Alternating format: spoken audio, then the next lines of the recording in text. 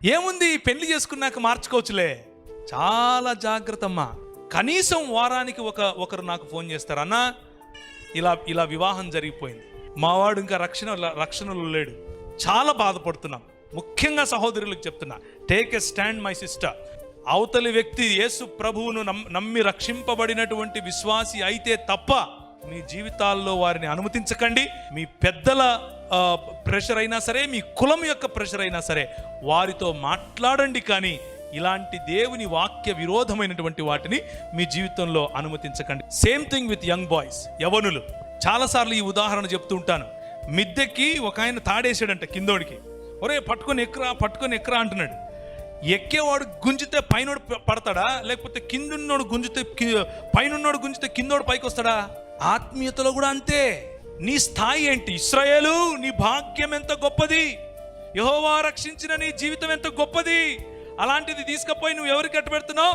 రాజైనా ఆహాబుతో వియ్యమందుతావా? Your business partnership ఎవరితో ఉంది?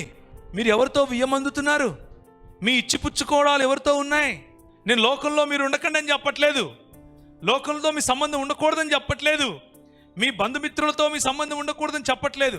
కానీ మీ కుటుంబాలను నియంత్రించేంతగా వారిని లోపలికి రానివద్దు. మీ కుటుంబాన్ని, మీ ఫెయిత్ను నియంత్రించేంతగా వారి ఇన్ఫ్లుయెన్స్, వారి యొక్క ప్రభావం, అది కులమైనా సరే, అది మతమైనా సరే, అది ప్రాంతమైనా సరే, భాష అయినా సరే, ఏదైనా సరే, బంధువర్గమైనా సరే, let nothing control your faith in the Lord Jesus Christ. యేసు క్రీస్తుతో మీకున్న సంబంధాన్ని ఇవేవీ కూడా నియంత్రించకుండా ఉండేందుకు మీరు సిద్ధపడాలి. దాన్నే పరిపక్వత అని అంటారు. ఇశ్రాయేలు రాజు యెహోవా యుద్ధ విచారణ చేయుటకు ఇమ్లా కుమారుడైన మికాయా అను ఒకడు ఇచ్చట ఉన్నాడు. అయితే అతడు నన్ను గూర్చి మేలు ప్రవచింపక నిత్యము కీడునే ప్రవచించుచున్నాడు. వాక్యం చెప్తే ఈయనకేమనిపిస్తుంది? కీడు వినిపిస్తుంది.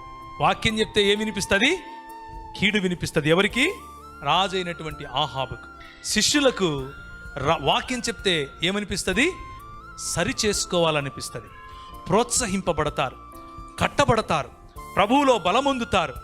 కానీ దేవుని ఆవరణమును రుచి చూడని వారు, దేవుని రక్షణ సువార్తను రుచి చూడని వారు, పరిశుద్ధాత్ముని యొక్క అభిషేకమును పొందినటువంటి వారు, దేవుని వాక్యములో ఉన్నటువంటి రిప్రోచ్, దేవుని వాక్యములో ఉన్నటువంటి కరెక్షన్, దేవుని వాక్యంలో ఉన్నటువంటి ప్రోత్సాహం, దేవుని వాక్యంలో ఉన్నటువంటి బోధ విన్నా కానీ వినని వారుగా ఉంటారు.